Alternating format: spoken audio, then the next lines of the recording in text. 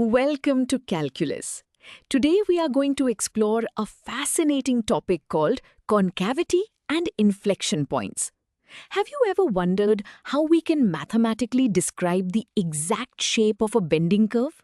Or how we know when a period of accelerating growth suddenly starts to slow down? By the end of this lecture, you will understand not just if a function is growing, but exactly how it is growing and how to find the precise moment that growth changes its behavior. Before we look at any equations, let us build our intuition. Imagine you are driving a car along a winding mountain road. When the road curves to the left, you have to turn your steering wheel to the left. In mathematics, a curve that bends like this is called concave upward, and it looks like a cup that can hold water. Now imagine the road starts curving to the right, forcing you to turn your steering wheel to the right. This shape is called concave downward, and it looks like an upside-down bowl that would spill water. Understanding these shapes is the foundation of concavity. Now that we have a physical feel for these shapes, let us define these ideas more formally, using the language of calculus. A function is considered concave upward on an interval if its graph lies entirely above all of its tangent lines in that interval. Remember, a tangent line is simply a straight line that barely touches the curve at one specific point. When a curve is concave upward, the slope of these tangent lines is constantly increasing as you move from left to right. Conversely, a function is concave downward if its graph lies entirely below its tangent lines, meaning the slope of the curve is constantly decreasing. This brings us to an important question. How do we measure this bending mathematically? We use derivatives. The first derivative tells us the slope of the curve at any given point. In this formula, f prime of x represents the rate of change of the original function and x is the input variable. If the first derivative is positive, the function is going up. If it is negative, the function is going down. But concavity is not about whether the function is going up or down. It is about whether the slope itself is increasing or decreasing. To find that out, we need to go one step further. To find out if the slope is increasing or decreasing, we must take the derivative of the first derivative. This is called the second derivative. Conceptually, this formula represents the rate of change of the slope itself. In physics, if the first derivative is your velocity, the second derivative is your acceleration. The symbol f double prime of x stands for this second derivative. When this value changes, the physical bending of our graph changes. By calculating this second derivative, we unlock the ability to mathematically prove exactly where a curve looks like a cup and where it looks like a dome. Now that we have our second derivative, let us look at the mathematical conditions for concavity. When the second derivative is strictly greater than 0, the slope is getting larger and larger. This guarantees that the graph is concave upward. You can think of this as a positive acceleration. When the second derivative is strictly less than 0, the slope is getting smaller, guaranteeing the graph is concave downward. This is like hitting the brakes. Finally, if we find a point where the second derivative is exactly 0, the slope is momentarily neither increasing nor decreasing. This is a candidate for an inflection point, the exact moment the steering wheel is straight. Let us visualize everything we have discussed so far.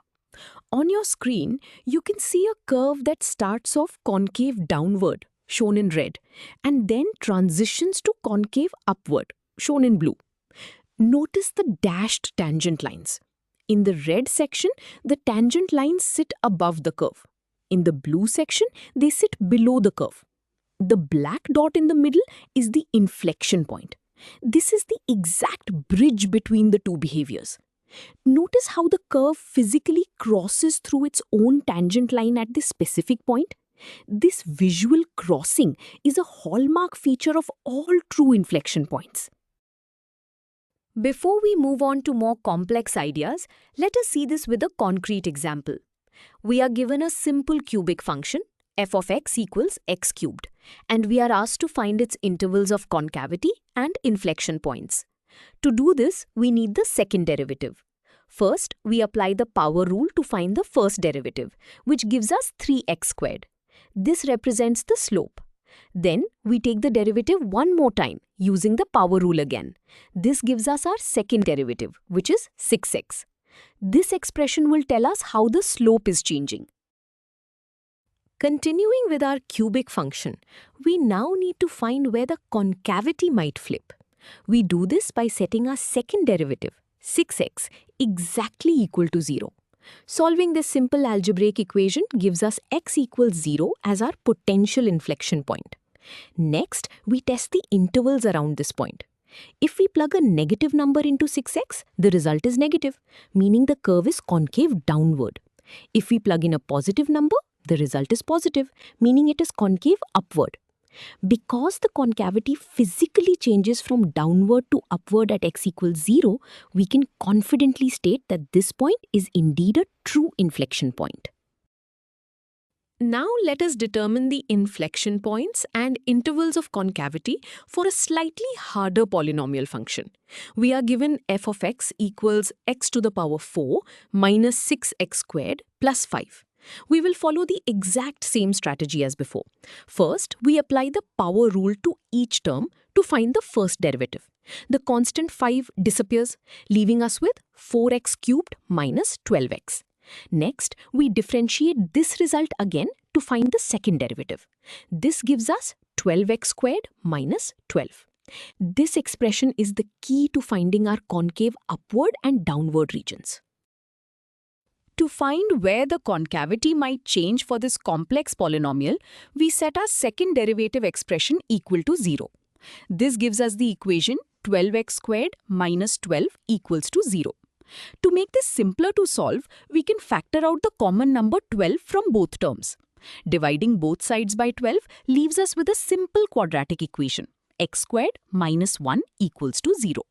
We can factor this difference of squares or simply move the 1 to the other side and take the square root. Either method reveals two distinct potential inflection points at x equals 1 and x equals negative 1.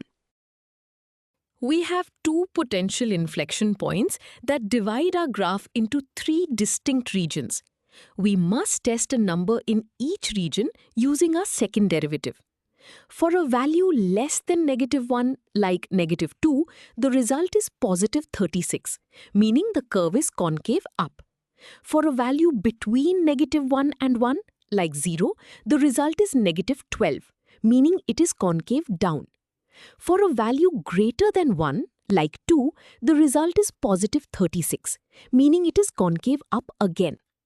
Because the sign changes at both boundaries, we conclude that both x equals negative 1 and x equals 1 are actual inflection points. You might be wondering, why do we care about concavity and inflection points in real life? They are actually crucial for understanding the point of diminishing returns. Imagine a company spending money on advertising. At first, every extra dollar spent brings in a huge wave of new customers, so the profit curve is concave upward. However, eventually the market gets saturated. The company is still making money, but each new dollar brings in fewer customers than the last. The exact moment the profit growth starts slowing down is the inflection point. Similarly, in epidemiology, an inflection point tells doctors the exact day a virus outbreak has peaked in its growth rate and is finally starting to slow down. We have covered a lot of ground today, so let us review the key takeaways. First, concavity describes the bending shape of a curve, telling us whether the slope is increasing or decreasing. Second, we find this by looking at the second derivative. A positive second derivative means the curve is concave upward, like a cup, while a negative second derivative means it is concave downward, like a dome. Finally, the inflection point is the exact location where the second derivative is 0 and the curve flips from one shape to the other. You now have the mathematical tools to analyze the exact bending behavior of any function.